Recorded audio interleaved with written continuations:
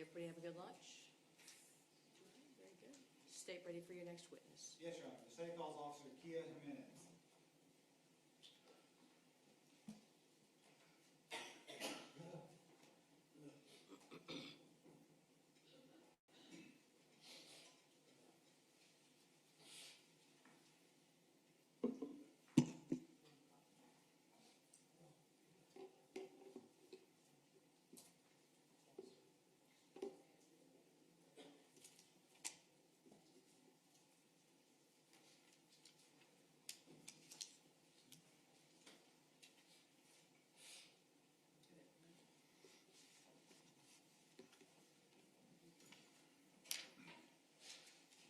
Good afternoon, ma'am. You raise your right hand. Do you solemnly swear affirm the testimony you're about to give in this matter be the truth, the whole truth, and nothing but the truth, so help you God? I do. Thank you, ma'am. Hi. Will you please state your name and spell it for the record? My name is Kia Jimenez. First name is K-E-A. Last name is J-I-M-E-N-E-Z. Where are you currently employed? Gwinnett County Police Department. How long have you been with GCPD?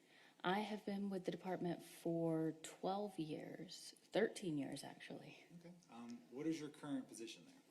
I'm employed as a crime scene investigation supervisor. Can you tell us about some of the training that you got to become a police officer? To become a crime scene investigator, you are required to have a degree program that you have completed prior to employment in the area of criminal justice or forensic science, of course. However, upon your employment, you have to complete a roughly 4 to 5 month long training program in the field with a senior officer that constitutes your academy of sorts. We're smaller, so we don't have an actual academy. After we have completed the 4 to 5 month in the field training, we are required to attend a number of state mandated courses to obtain our post certification through the state of Georgia. In addition to those courses, we are mandated to obtain a number of hours each year to ensure that our certification remains current and that we're up to date on the science. Okay. Can you describe for us your job duties in general? Yes. As a crime scene investigator rather than supervisor, the job duties entail responding to crime scenes, documenting the scene as it is upon our arrival to the scene. That includes photographic documentation, sketching of the scene if necessary, scanning of the scene using a 3D scanner if necessary. And then after we have documented everything as it was upon our arrival, we will perform multiple searches of the area to locate any items of evidence that might be within that area. Upon locating items, we do collect evidence from scenes, which are ultimately brought back to our crime scene laboratory for processing. Processing simply meaning examination for fingerprints or blood or DNA evidence that can be sent either to the GBI or our fingerprint analysis unit. Okay. Were you a crime scene investigator in November of 2021? I was. And were you working on November 23rd, 2021? I was. Were you called to an area near 1457 Stone Mill Trace? Yes, I was. Is that located in Stone Mountain? It is. Who else was called out to the scene with you that day? That day, I responded along with crime scene investigator Sabrina Lopez, crime scene investigator Eva, now Larson, but then Kubler, along with Detective Lawson and Detective Carter, and then a few other members of the detectives unit at that time. Did the medical examiner's office also arrive at that location eventually? They did. They arrived slightly after myself and the other investigators. Can you describe for the jury what that area looks like that you responded to? Yes. So this particular roadway, Stone Mill Drive, it's located off of Juliet Road in DeKalb County, Stone Mountain area. It is an entranceway to a condominium or a apartment style housing unit. The roadway in question, Stone Mill Trace, it comes off of Juliet Road, and to the left-hand side, there's a fairly densely wooded area that's just natural. There's no construction to the left-hand side of the roadway. As you continue forward, there is a stone blockaded area closing over what used to be an entryway to the condominium's rear portion. And then there is a secondary roadway that goes off to the right-hand side that leads into this condominium. Why were you called out that day? I was contacted because I had previously responded in reference to a search warrant for a missing child off of Jimmy Carter. And while I was actually performing the search warrant, I was contacted by the detectives, Detective Lawson and Detective Carter specifically, indicating that the child had been located deceased at the location off of Stone Mill Drive. And can you describe the specific area where the child was found off Stone Mill Drive? Yes, so on Stone Mill Drive, the natural area or wooded area to the left-hand side of the roadway, near the concrete blockades, there was approximately 11 feet off of the curb. There was a fallen tree in that natural area, and there was also a fair amount of construction debris. It looked similar to a dump site, but the construction debris was leaned over the fallen tree, so you couldn't really see the area where the body was located from the actual road because the construction debris covered it. So the deceased was located in a kind of a depression in the ground, not necessarily something dug out, just a depression in the ground right behind that fallen tree and construction debris. And can you describe for us the condition of the child's body when y'all found her? Yes, she was located with 3 white colored trash bags around her body. She had one that had been slipped over the head, came to an end point around the abdomen. The second was over the legs and stopped short of the hips. There was a third trash bag that was wrapped around her abdomen, torso area near the center and tied with a black colored rope.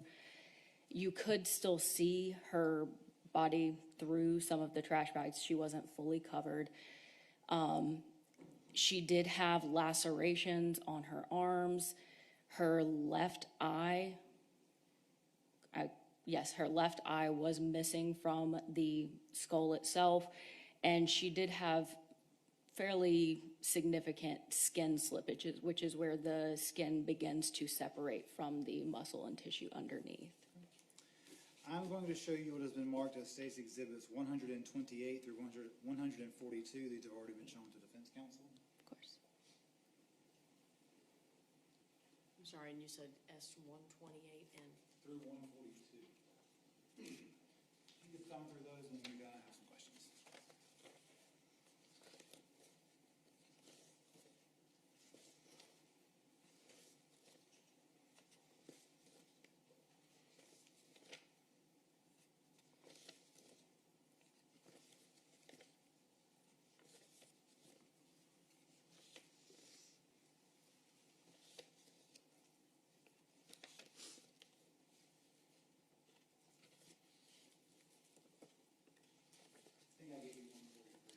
You did.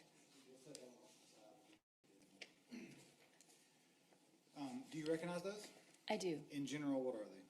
These are photographs that I took of the scene upon my arrival to Stone Mill Drive. Are those fair and accurate representations of what you observed that day? They are. Your Honor, at this time the state moves to tender State's Exhibits 128 through 142 into evidence. And Judge, they were previously shown to me over the break, no objection. Admitted without objection. May I publish these? You may. May I have the click share? Don't fail me now.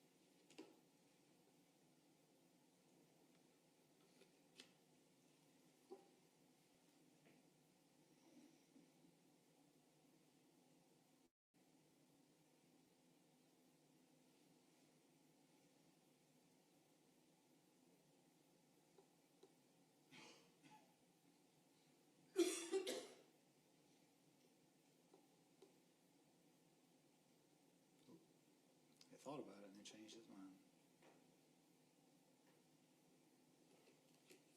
Can we try the hard wire instead, please? You may.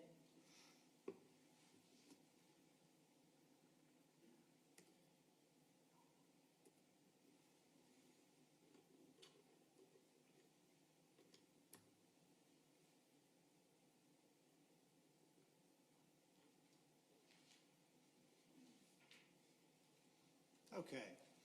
This would be State's Exhibit 128. Can you tell us why you took this picture? This photograph was taken just to establish the location or the area that we were in. There weren't any actual numerical addresses near where the body was found, so the roadway was used. And then this is State's 129. This is going to begin a series of my photographs showing the general area that road placard was actually located in, near the entrance of the condominium. And this is State's 130. Yes, this is the pan to the right from the street sign showing the actual signage for the Stone Mill condos. So the stop sign we just saw will be to the left of this view. Correct. And this is 131. Yes, this is a photograph showing the view from Juliet Road down Stone Mill Drive towards where the deceased was located. And 132. This is a photograph at the end point of that same roadway. You'll notice these concrete barrier blocks here at the bottom. You can see them in the previous photo. These blocks appear to have been placed to close off an additional entryway to the condominiums, which are located near the top right portion of the photograph. You should have a pointer. Oh, It's under here. Thank you so much. You can feel free to stand up. Of course. Use the pointer. yeah. So the condominiums would have been located here near where this vehicle is located, and then they extended along the back side of this wooded area. And the stop sign and street signs we saw earlier would be behind us from this view the way we're looking. That is correct. Okay. And this is State's 133. This is a photograph now turned back to the left. You can see the concrete barrier blocks here on the bottom right-hand side of the screen. And this area here will ultimately be where the deceased was located. There is a fallen tree that this construction debris is laying atop of. This is State's 134. We just moved a little closer. Correct. We'll go to the next one. This is 135. This is now a side view. Once I have entered the wooded area, you can still see the construction debris here near the upper right-hand corner. And this recessed area behind the tree root ball, you can begin seeing the trash bags that I referenced earlier, which is what the deceased was located within. And this is State's 136. This is a photograph of the deceased in the 3 trash bags mentioned previously in the recessed area behind the fallen tree. Is this the condition of the body upon your arrival, or was it previously covered, or do you know?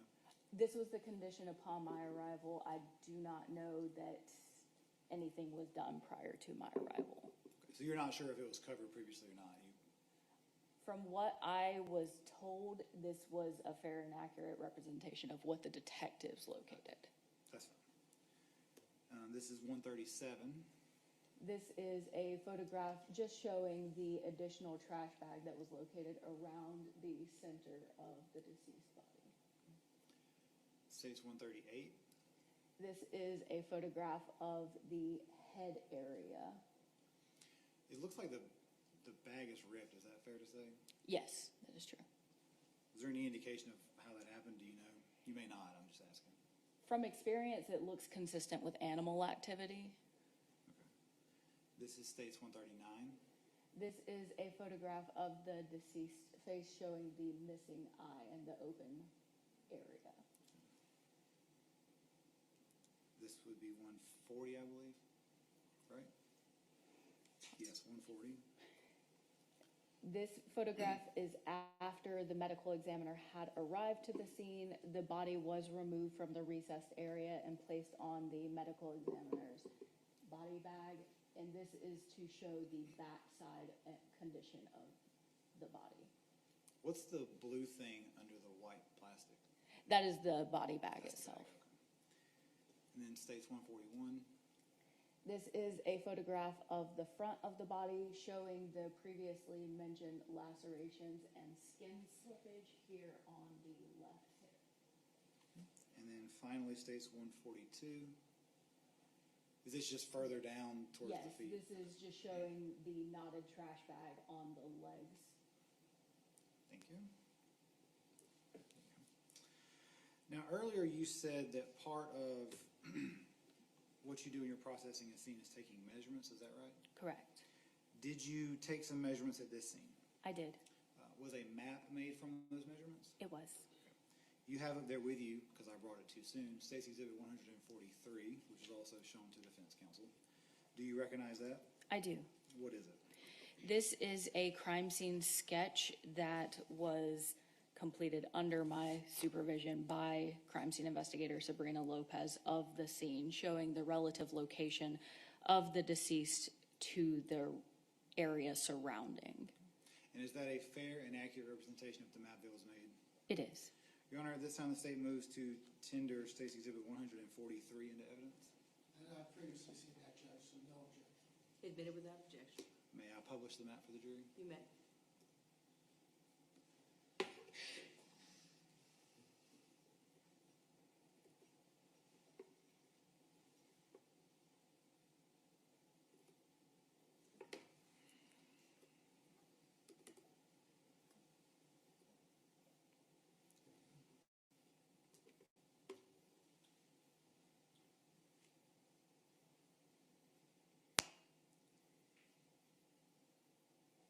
Let me zoom in on that just a little bit.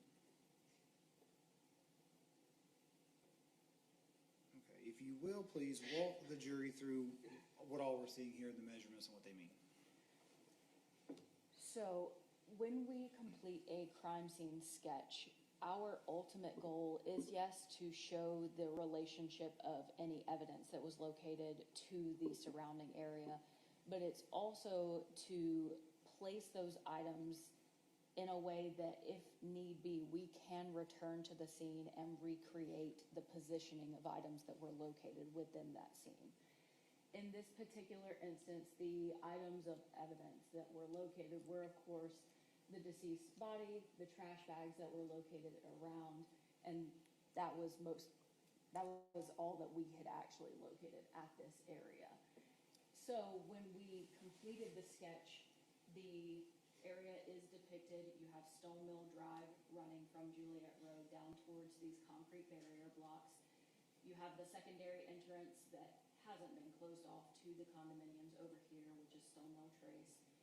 And then you also have the fallen tree, the construction debris, the deceased body, and you have these triangular shaped dotted lines.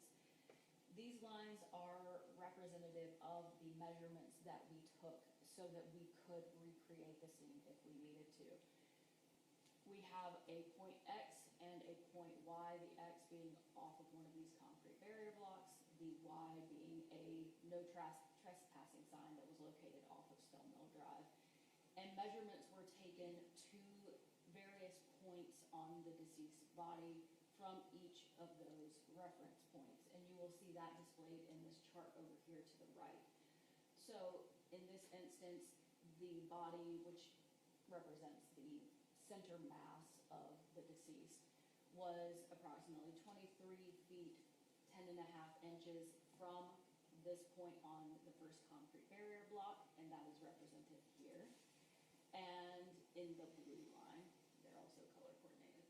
And from point Y, the center mass of the body was 64 feet from this no trespassing sign. And that continues along with the measurement showing the distance of the head from X and Y, the feet from X and Y. 2 additional measurements were also taken, those measurements being the distance from the actual curb to the center mass of the deceased, just to show how close the deceased was to this roadway that was open. And that distance was 11 feet, 11 inches, so just under 4 yards. And then the distance from the deceased center mass to the main roadway, which was Juliet Road, and that distance was 168 feet. Thank you, ma'am. Did the medical examiner's office take possession of the body while you were there? Yes, they did. That's all I have. Thank you, ma'am. I don't have any questions, thank you. May the witness be excused. Yes, Your Honor. All right, thank you, ma'am, you're excused. Thank you, Your Honor.